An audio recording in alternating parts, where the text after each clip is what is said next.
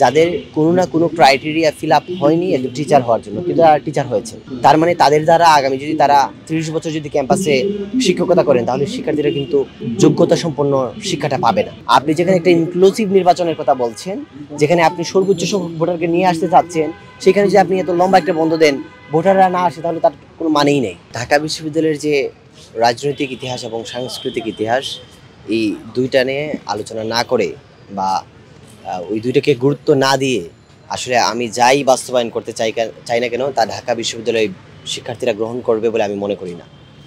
তো আমি যদি প্রথমেই ঢাকা বিশ্ববিদ্যালয়ের যে রাজনৈতিক ইতিহাস, তা তো বজায় থাকবেই। ঢাকা বিশ্ববিদ্যালয়ের যে সাংস্কৃতিক পরিবেশ, বুদ্ধিবৃত্তিক পরিবেশ, তার চর্চাটা আমরা বৃদ্ধি করব। 5 আগস্ট পরবর্তী সময়ে আমরা সেই বুদ্ধিবৃত্তিক চর্চা থেকে বহুমাত্রিক চর্চায় প্রবেশ করতে পারিনি। আমরা যদি নির্বাচিত হই, আমাদের যে উন্নয়নমূলক কর্মকাণ্ড থাকবে, শিক্ষার্থী বান্ধব কর্মকাণ্ড থাকবে, তার বাইরেও আমরা সাংস্কৃতিক অঙ্গনে অত্যন্ত গুরুত্ব দেব এবং সাংস্কৃতিক কর্মকাণ্ড বৃদ্ধি করব। সেমিনার, সিম্পোজিয়ামের মাধ্যমে ঢাকা বিশ্ববিদ্যালয়ের ক্যাম্পাসে বুদ্ধিবৃত্তিক চর্চাকে আমরা বৃদ্ধি করার চেষ্টা করব। টেকসই উন্নয়নের জন্য আসলে আমাদের যে ইশতেহার, সেটা কিন্তু দুইটা। একটা হচ্ছে স্বল্পমেয়াদী, একটা দীর্ঘমেয়াদী। দীর্ঘমেয়াদী যা আমাদের প্ল্যান আছে, সবগুলোই টেকসই উন্নয়নের লক্ষ্যে। যেমন আমাদের আবাসন সংকট সমাধানের জন্য আমরা বলেছি, আবাসন সংকট সমাধানের জন্য আমাদের প্রথমত স্বল্পমেয়াদের জন্য আমাদের সিট কমিয়ে নিয়ে আসতে হবে, এক। আর দীর্ঘমেয়াদের জন্য আমাদের আবাসন সংকটের যে আছে, বিভিন্ন যে আবাসন, দুর্বল আবাসন আছে, সেগুলোকে ভেঙে শক্তিশালী এবং অধিক আসন সমৃদ্ধ প্রতিষ্ঠান বা বিল্ডিং তৈরি করতে হবে। যে গুরুত্বপূর্ণ আলাপ হচ্ছে শিক্ষা নিয়ে, যে আমরা গবেষণাটাকে কীভাবে দেখব এবং শিক্ষার্থীদের ক্লাসে শিক্ষাদানের ব্যবস্থাটা আমরা কীভাবে চেঞ্জ করব।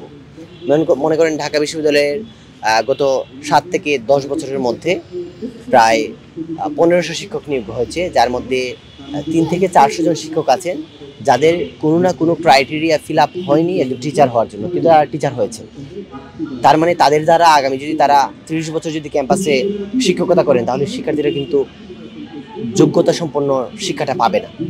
তো আমাদের শিক্ষক নিয়োগের ক্ষেত্রে একটা পরিবর্তন, ব্যাপক পরিবর্তন নিয়ে আসবে, যেটার কারণে লং রানে ঢাকা বিশ্ববিদ্যালয়ের শিক্ষার্থীরা উইল বি বেনিফিটেড। তার মানে ঢাকা বিশ্ববিদ্যালয়ের নিজস্ব কোনো একাডেমিক পরিচয় তৈরি করতে পারেনি বলেই আপনার বলতে হয়েছে যে প্রাচ্যের অক্সফোর্ড।